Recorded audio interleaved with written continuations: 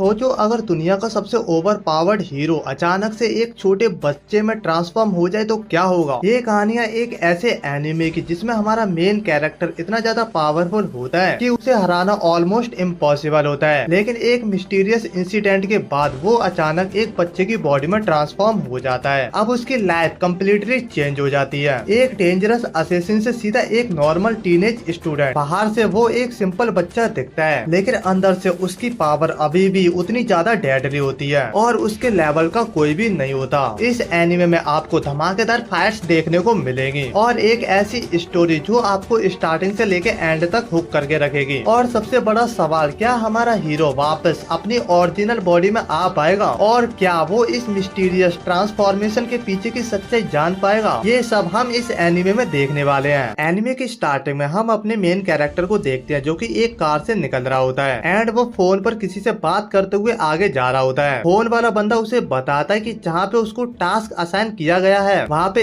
एक या दो बॉडीगार्ड भी हो सकते हैं, उसे वहाँ पर लड़ना भी पड़ सकता है, तो इसलिए संभाल कर रहना। लेकिन जैसे हिटमैन उस बिल्डिंग के अंदर जाता है तो वो देखता है कि वहाँ पर एक नहीं बल्कि बहुत सारे बंदे मौजूद होते हैं। वो बंदे हमारे हीरो से पूछते हैं कि अबे कौन है बे तू और यहाँ कैसे आया, लेकिन हमारा हिटमैन उन बंदों को कोई भी जवाब नहीं देता। इसी वजह से एक बंदा हमारे हिटमैन के ऊपर बंदूक तान देता है, लेकिन हिटमैन उसी बंदूक को छीनकर उसको ऑन द स्पॉट मार देता है और वो कमरे की सारी लाइट्स को भी फोड़ देता है। जिसके बाद वहाँ से एक आदमी सूटकेस लेकर भागने की कोशिश करता है, लेकिन हमारा हिटमैन उस आदमी को भागने नहीं देता। और जैसे वो आदमी हमारे हिटमैन को सबको मारते हुए देखता है तो वो काफी ज्यादा डर जाता है और वहाँ से भागने की एक बार फिर से नाकाम कोशिश करता है, लेकिन हमारा हिटमैन उसे रास्ते में रोक लेता है। भाई वो आदमी एकदम से बंदूक निकालता है और हिटमैन पर शूट कर देता है, लेकिन हिटमैन उस जगह पर होता ही नहीं है। तभी वो हिटमैन उस बंदे के सामने आता है और एक जोर का पंच मार के उसको दूर फेंक देता है। उसके बाद हिटमैन उस सूटकेस को अपने दोस्त को दे देता है एंड इन दोनों को लग रहा था कि इस सूटकेस में कुछ बहुत ज्यादा कीमती चीज होगी, लेकिन भाई इसमें कुछ खास नहीं होता। उन्हें सिर्फ इस बॉक्स में एक रैक्स का छत्ता मिलता है, जिसके बाद ये लोग काफी ज्यादा निराश हो जाते हैं और उस रैक्स के छत्ते को लेकर अपने रूम पर चले जाते हैं। अगली सुबह हिटमैन कहीं जा रहा होता है, तभी एक बच्चा आकर उससे टकरा जाता है और भाई साहब वो बच्चा हमारे हीरो को देखकर काफी ज्यादा डर जाता है। हिटमैन कहता है यार पता नहीं मुझ में क्या दिक्कत है, बच्चों को मैं पसंद क्यों नहीं आता और वो मुझसे इतना डरते क्यों हैं। इतना कहकर हिटमैन अपने घर पर जाता है जहाँ पर हम एक फोटो को देखते हैं, जिससे हम लोगों को पता चलता है कि हिटमैन की एक फैमिली भी है, लेकिन हमारा हीरो अब अपनी फैमिली के साथ नहीं रहता। हिटमैन कहता है कि अगर मैं आज हिटमैन का काम नहीं करता तो मैं पक्का एक अच्छा फादर होता। उसी दौरान हिटमैन का दोस्त उसके दरवाजे पर आ जाता है जो कि उसके लिए खाना लेके आया होता है। वो दरवाजा खोलने जा ही रहा होता है कि तभी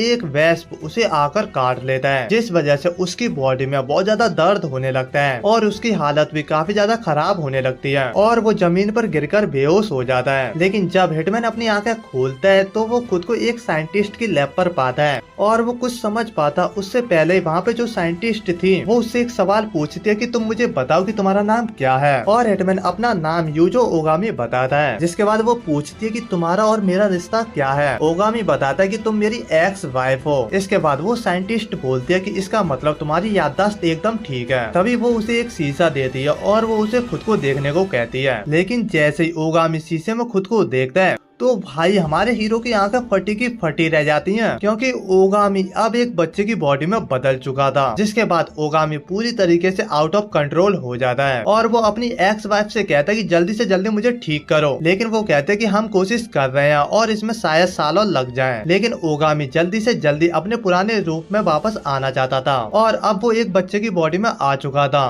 तो वो सोचने लगता है कि यार अब मैं अपना हिटमैन वाला काम कैसे करूंगा, लेकिन वो किसी भी हालत में ये काम नहीं छोड़ना चाहता था क्योंकि उसी काम के पैसों से उसका घर चलता है। तभी उसे उसके बॉस का फोन आ जाता है। जैसे ही ओगामी अपने बॉस का फोन उठाता है तो उसका बॉस उसकी आवाज नहीं पहचानता। वो कहता है कि कौन बोल रहा है वे, लेकिन ओगामी कहता है कि ये वही है, बस उसकी आवाज थोड़ी सी बदल गई है। जिसके बाद उसका बॉस कहता है कि मुझे तुम्हारी सिचुएशन के बारे में पता चला और वो कहता है कि अब शायद तुम हमारे किसी काम के नहीं हो। लेकिन ओगामी कहता है कि यार मैंने तुम्हारे साथ इतने सालों तक काम किया है तो प्लीज यार मुझे मेरी जॉब से मत निकालो, और इसीलिए ओगामी का बॉस उसे एक और असाइनमेंट देने का फैसला करता है, जिसके बाद ओगामी बहुत ज्यादा एक्साइटेड हो जाता है। लेकिन ओगामी का बॉस जैसे उसे काम बताता है तो ओगामी काफी ज्यादा शॉक हो जाता है, क्योंकि ओगामी इस काम को करने के लिए बिल्कुल भी नहीं मानता। एक्चुअली उसका बॉस कहता है कि उसकी एक बेटी है जिसे वो स्कूल में डालना चाहता है, और वो चाहता है कि ओगामी पहले उस स्कूल में एडमिशन ले और वो उस स्कूल को चेक करे कि वो स्कूल उसकी बेटी के पढ़ने के लायक भी है या नहीं। लेकिन जैसे ये बात ओगामी सुनता है तो उसके पसीने छूटने लगते हैं। वो कहता है यार क्या मुझे फिर से स्कूल जाना पड़ेगा। तभी उसकी एक्स वाइफ कहती है कि तुमने तो अपना स्कूल आधे रास्ते में छोड़ दिया था, क्या तुम फिर से स्कूल जाओगे। एक्चुअली ओगामी को स्कूल कुछ ज्यादा पसंद नहीं था। उसकी दोस्ती बच्चों से कम बल्कि बड़ों से ज्यादा जल्दी हो जाती थी, जिसके कारण वो कभी बच्चों को अपना दोस्त बना ही नहीं पाया। इसीलिए ओगामी को स्कूल जाना बिल्कुल भी पसंद नहीं था। लेकिन उसके पास कोई और ऑप्शन नहीं होता, क्योंकि उसे पैसों की जरूरत थी, इसीलिए उसे अपने बॉस की बात माननी पड़ती है। और वो जाते जाते ये भी कहता है कि एक मिडिल क्लास आदमी के पास कोई ऑप्शन नहीं होता, उसे सिर्फ जीने के लिए कुछ पैसों की जरूरत होती है, और इसीलिए ओगामी को उसके बॉस की बात माननी पड़ती है। लेकिन अगले दिन जैसे वो स्कूल जाने वाला होता है तभी उसका दोस्त उसे एक चश्मा दे देता है, जिसके जरिए उसका दोस्त घर बैठे बैठे भी ओगामी को देख सकता था और उसकी आवाज भी सुन सकता था और उससे बात भी कर सकता था। इसी के साथ ओगामी अपने स्कूल के पहले दिन के लिए चला जाता है। वहाँ जाते ही सबसे पहले प्रिंसिपल सभी बच्चों का स्वागत करते हैं, जिसके बाद क्लास में सभी बच्चे एक एक करके अपना इंट्रोडक्शन देते हैं, और इसी तरह ओगामी की भी बारी आ जाती है। और जैसे ही ओगामी अपना इंट्रोडक्शन देने के लिए क्लास के आगे आता है तो वो पूरी तरीके से घबरा जाता है, क्योंकि उसने इससे पहले ये काम कभी नहीं किया था।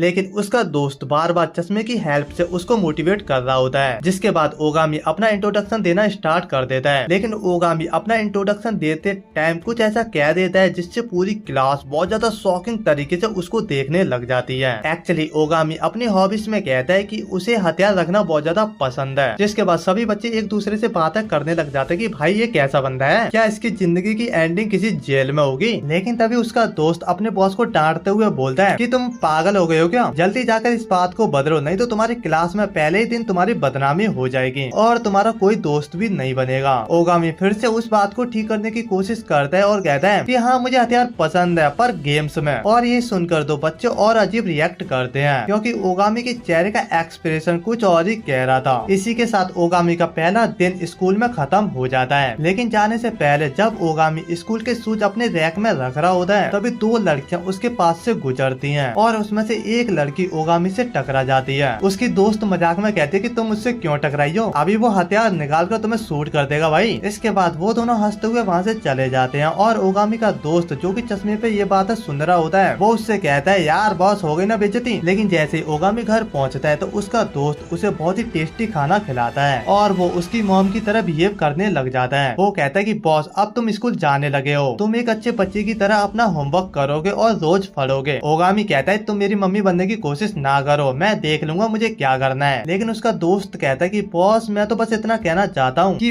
बस आप अपनी आइडेंटिटी किसी तरह छुपा कर रख सको और उसे रिवील मत होने दो। अगले दिन ओगामी को स्कूल में दिखाया जाता है जहाँ पर ओगामी की मैथ की क्लास चल रही होती है। स्टार्टिंग में ओगामी को बिल्कुल इंटरेस्ट नहीं आता और वो मन में ख्याल बना रहा था कि यार इससे अच्छी जिंदगी तो मेरी हिटमैन की थी, जहाँ पर मैं बहुत ही आसानी से कोई ना कोई टास्क पूरा करके पैसे कमा लेता था। लेकिन यहाँ पर तो मुझे क्लासेस अटेंड करनी पड़ रही हैं। एक्चुअली ओगामी को पढ़ना बिल्कुल भी पसंद नहीं होता है, बट वेस्प के काटने के कारण ओगामी की सोचने समझने की शक्ति बहुत ज्यादा बढ़ चुकी थी। इसीलिए ओगामी जैसे थोड़ा सा ध्यान ब्लैक बोर्ड की तरफ लगाता है तो उसे सब कुछ समझने आने लगता है, जिसके बाद ओगामी को पढ़ने में बहुत ज्यादा इंटरेस्ट आने लग जाता है और ओगामी को हर सब्जेक्ट बहुत ही अच्छे से समझ में आ रहा था। इसीलिए ओगामी को जब भी फ्री टाइम मिलता है तो वो अपनी पुरानी लाइफ को साइंस के साथ कंपेयर करने लग जाता है कि किस तरीके से वो एक बुलेट फायर करता था और उसके अंदर क्या क्या साइंस लग रही थी। और उसे इस बात का बहुत ज्यादा दुख होता है कि वो पहले क्यों नहीं पढ़ा और वो पढ़ाई के देवता से भी माफी मांगने लग जाता है कि ना जाने उसने पढ़ाई क्यों नहीं की, जबकि पढ़ाई तो बहुत ज्यादा मजेदार चीज है। अब उसे इसमें बहुत ज्यादा मजा आ रहा है। इसके बाद हमें ओगामी के घर का सीन दिखाया जाता है जहाँ पर ओगामी का दोस्त उसे खाना खाने के लिए बुलाने आता है।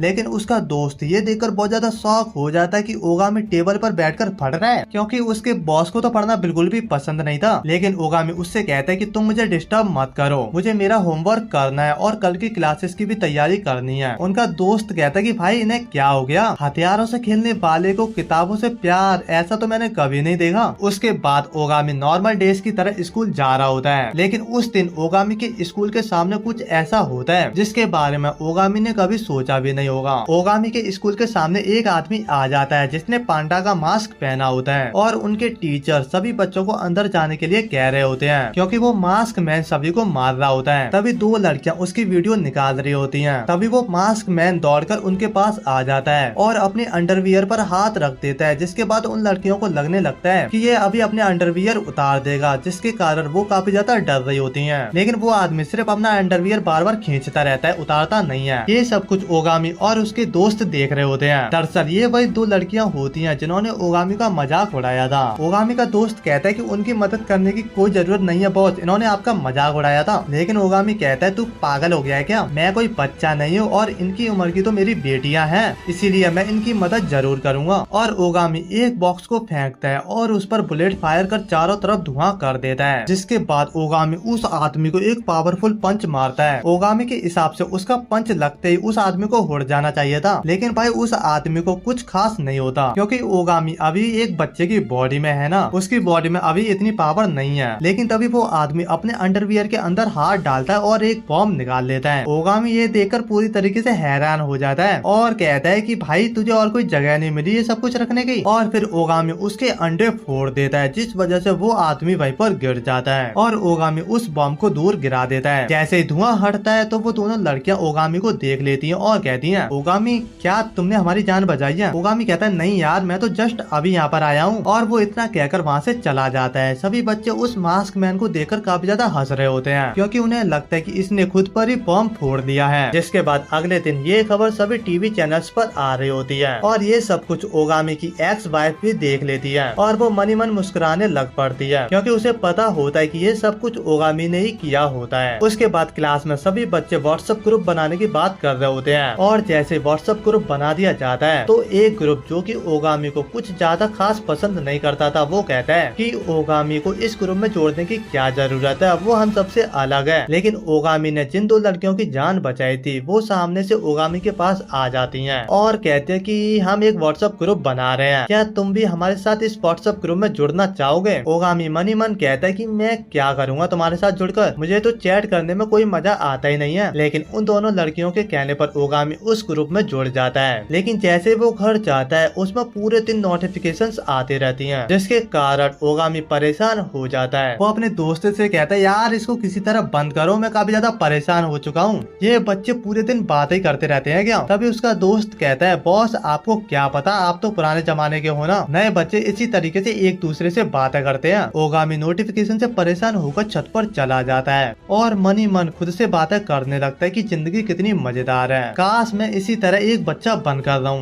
अगले सीन में ओगामी रोजाना की तरह स्कूल जा रहा होता है, लेकिन तभी उसका दोस्त बोलता है यार बॉस क्या किताबों में घुसे हुए हो, आसपास की हरियाली तो देखो। ओगामी उसे जवाब देता है कि हरियाली देखने की उम्र तेरी है, मैंने तो अपनी उम्र में बहुत ज्यादा हरियाली देख ली है। जिसके बाद ओगामी रोजाना की तरह अंदर चला जाता है और शूज उतारने लगता है कि तभी वहाँ पर तगाड़ा और बाबा आ जाती हैं और वो उसे कहते हैं कि गुड मॉर्निंग ओगामी कैसे हो। लेकिन ओगामी की गुड मॉर्निंग कुछ खास नहीं होती, वो मुंह बनाकर उन्हें गुड मॉर्निंग कह देता है। जिसके बाद वो उनके साथ ही क्लास में उनके पीछे पीछे चला जाता है। आज ओगामी की नजर पहली बार क्लासेस में नोरेन पर पड़ती है। नोरेन कोई आम लड़की नहीं थी, वो स्पोर्ट्स में भी बेस्ट थी और पढ़ाई में भी, जिसके कारण उसके पीछे काफी सारे लड़के लगे हुए थे। लेकिन नोरेन को इस सब में कोई भी इंटरेस्ट नहीं था, नोरेन को अकेला रहना ही पसंद था। और वहीं जैसे ही ओगामी को पता चलता है कि नोरेन कोई और नहीं बल्कि मिस्टुका ऑर्गेनाइजेशन की प्रेसिडेंट की बेटी है, तो ना चाहते हुए भी उसे नोरेन से दोस्ती करने की नाकाम कोशिशें करनी पड़ती हैं। और जैसे ही ओगामी फर्स्ट टाइम नोरेन के पास जाता है और उससे बात करने की कोशिश करता है तो वो कहती है कि तुम्हें कोई और काम नहीं है, तुम्हें दिख नहीं रहा कि मैं बिजी हूँ। जिसके बाद ओगामी मुंह बनाकर वहाँ से चला जाता है और उसी के बाद होती है इनकी साइंस लैब की क्लास, जिसके लिए ओगामी क्लास से बाहर आ जाता है तो वो जोर जोर से रोने लग जाता है क्योंकि ओगामी को ऐसा लग रहा था कि वो इतना बड़ा होकर भी एक लड़की से रिजेक्शन लेके आया है। जिसके बाद तगाड़ा और बाबा ओगामी को इस तरह बाहर फ्लोर पर लेटे रोते हुए देख लेती हैं और वो उससे पूछती हैं कि ओगामी क्या हुआ, सब ठीक तो है ना। जिसके बाद ओगामी उन्हें बताता है कि नोरेन से उसे दोस्ती करनी है। वो दोनों लड़कियां कहती हैं कि अच्छा तो ये बात है, वैसे उससे दोस्ती करना इतना आसान नहीं है, वो स्पोर्ट्स में भी काफी अच्छी है और स्टडीज में भी, और वो किसी भी लड़के को इतना भाव नहीं देती है। जो भी लड़का उससे दोस्ती करने की पूछता है वो सीधे उसका एनकाउंटर कर देती है। जिसके बाद तगाड़ा और बाबा उसे ये भी बताते हैं कि वो बहुत ही ज्यादा रिच भी है और ना ही उसकी कोई दोस्त है। उसे अकेले टाइम स्पेंड करना बहुत ज्यादा अच्छा लगता है। जिसके बाद ओगामी घर के लिए निकल जाता है और रास्ते में ओगामी को रामेन की दुकान दिखती है, जहाँ पर वो कुछ खाने के लिए चला जाता है और वो देखता है कि नोरेन वहाँ पर एक वेटर का काम कर रही है। जिसके बाद एक पल के लिए तो ओगामी को कुछ भी समझ नहीं आता और ओगामी जाकर एक टेबल पर बैठ जाता है। तभी नोरेन उसे पानी लाकर देती है। जिसके बाद मन ही मन ओगामी सोच रहा होता है कि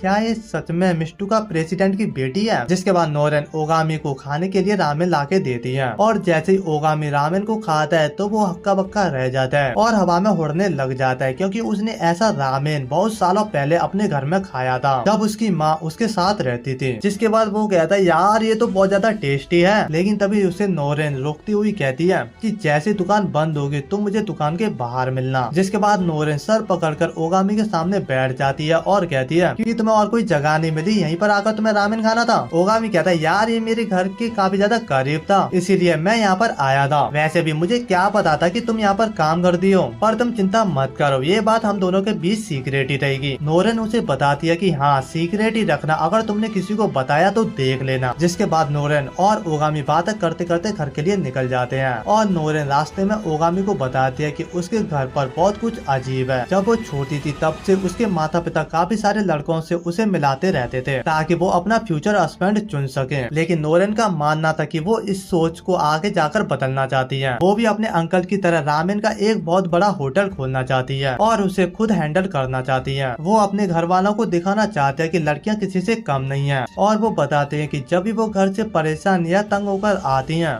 तो उसके अंकल हमेशा उसे खाने के लिए रामेन देते थे, जिसे खाते वो अपने सारे दुख दर्द और थकान भूल जाते थे। इसीलिए वो भी चाहती है कि वो भी अंकल की तरह ही लोगों के दुख दर्द खत्म करे। जिसके बाद ओगामी नोरेन का साथ देते हुए कहता है कि हाँ तुम एकदम ठीक हो, भले ही तुम एक बच्ची हो लेकिन तुम अपने फैसले खुद ले सकती हो। इतना सुनते नोरेन बहुत ज्यादा खुश हो जाती है, लेकिन जाने से पहले नोरेन ओगामी से कहती है कि मैंने अब तुमसे बात कर लिया तो इसका मतलब ये नहीं है कि कल तुम मेरी क्लास में मेरे दोस्त बनने की कोशिश करो, ये तो सिर्फ एक इत्तेफाक था। इसके बाद दोनों अपने अपने रास्ते जाने लगते हैं, लेकिन तभी नोरेन का पीछा एक काले रंग की गाड़ी करने लग जाती है और उसमें बैठे गुंडे लोग नोरेन को किडनैप करके ले जाते हैं, लेकिन ओगामी कुछ भी नहीं कर पाता। तभी ओगामी का दोस्त कैमरे की मदद से उस गाड़ी की नंबर प्लेट चेक करने की कोशिश करता है, लेकिन वो ओगामी से कहता है कि ये नंबर प्लेट भी नकली है। तभी ओगामी की नजर एक टावर पर पड़ती है और वो तुरंत उस टावर की ओर भागता है। वो उस टावर पर चढ़ जाता है और वहाँ से उस गाड़ी को देखना शुरू कर देता है कि वो गाड़ी किस तरफ जा रही है। जिसके बाद उसे गाड़ी दिख जाती है और वो उस गाड़ी पर एम करता है और एक ट्रैकर उस गाड़ी पर अपनी बंदूक की मदद से मार देता है। जिसके बाद उसे फोन में नोरेन की लोकेशन दिखना शुरू हो जाती है और वो एक ट्रक की हेल्प से उस लोकेशन पर पहुंच जाता है जहाँ पर किडनैपर्स ने नोरेन को रखा होता है। जिसके बाद हमें दिखाया जाता है कि नोरेन को 3 किडनैपर्स ने घेर रखा है और एक किडनैपर्स कहता है कि यार ये तो एक हाई स्कूल की लड़की लगती ही नहीं है, ये तो बहुत ज्यादा मैच्योर है, काश मुझे इसके साथ शादी करने का मौका मिल जाए। तभी उन गुंडों का बॉस आता है और जो भी ये बातें कर रहा होता है वो उस आदमी को लात मारकर दूर फेंक देता है और वो नोरेन से कहता है कि तुम डरो मत, मैं इसे खत्म कर दूंगा। और वो नोरेन से पूछता है कि तुम बस मुझे उस ट्रक का फॉर्मूला बता दो जो तुम्हारे मम्मा पापा ने इन्वेंट किया है। जिसके बाद नोरेन कहते हैं कि उसे इस बारे में कुछ भी नहीं पता, लेकिन गुंडों का बॉस ये मानने के लिए तैयार नहीं होता और वो बार बार एक ही सवाल पूछने लगता है, लेकिन जल्दी वो समझ जाता है कि नरेन उस फॉर्मूला को इतनी आसानी से नहीं बताएगी। इसीलिए वो नोरेन को उसके अंकल नाचुका की धमकी देता है कि वो उसे 2 हिस्सों में काट देगा अगर उसने वो फॉर्मूला उसे नहीं बताया तो। लेकिन तभी वहाँ पर ओगामी आ जाता है और वो ऑन द स्पॉट किडनैपर्स के बॉस को बिना सोचे समझे गोली मार देता है। जिसके बाद वो एक पेग लेकर नोरेन का चेहरा ढक देता है ताकि उसकी आइडेंटिटी छुपी रहे। वो सभी गुंडे भी अपनी बंदूक निकाल लेते हैं और ओगामी पर गोली चलाने वाले होते हैं कि तभी ओगामी उन सबको शूट कर देता है। जिसके बाद ओगामी नोरेन से कहता है कि चलो अब मैं तुम्हें एक राइड पर ले चलता हूँ। जिसके बाद वो उसे एक ट्रॉली पर बिठा देता है और उसे रूम से बाहर ले जाने लगता है। उसके रास्ते में एक आदमी आता है, उसे ओगामी बहुत ही आसानी से एक लात मारकर उड़ा देता है और जैसे जैसे रास्ते में किडनैपर्स और गुंडे आते जाते हैं ओगामी एक एक करके उन सबको खत्म करता जाता है। जल्दी ओगामी सभी किडनैपर्स को खत्म करके बिल्डिंग के बाहर आ जाता है, लेकिन जैसा कि नोरेन एक ट्रॉली पर बैठी थी इसीलिए उसको चक्कर आने लग जाते हैं और वो बार बार ओगामी से कहते हैं कि यार मुझे नीचे उतार दो, मुझे काफी ज्यादा जोर से चक्कर आ रहे हैं। लेकिन जैसे वो बाहर जाते हैं तभी किडनैपर्स का बॉस एक गाड़ी लेकर तेजी से ओगामी और नोरेन की तरफ बढ़ता है और कहता है कि आज मैं तुम दोनों का कचूमर बना दूंगा कमीने। जिसके बाद ओगामी जल्दी से नोरेन को उस ट्रॉली से हटाता है और ट्रॉली को गाड़ी की तरफ फेंक देता है, जिस वजह से गाड़ी हवा में उड़कर पलट जाती है और उस किडनैपर्स की मौत हो जाती है। अपनी आइडेंटिटी छुपाने के लिए ओगामी नोरेन को बेहोशी की दवाई सुंघा देता है, जिसके बाद नोरेन बेहोश हो जाती है। तभी ओगामी को याद आता है कि यार वो एक बुक भी लाया था जो वो अंदर ही भूल चुका है और वो उसे बुक लेनी होगी वरना बहुत ज्यादा गड़बड़ हो जाएगी। और दोस्तों इसी के साथ इस एनिमे के एपिसोड 1 एंड एपिसोड 2 यहीं पर खत्म हो जाते हैं। अगर वीडियो थोड़ी सी भी अच्छी लगी हो तो वीडियो को लाइक एंड चैनल को सब्सक्राइब करना मत भूलना। मैं मिलता हूँ इसके नेक्स्ट एपिसोड में, तब तक के लिए bye bye and take care.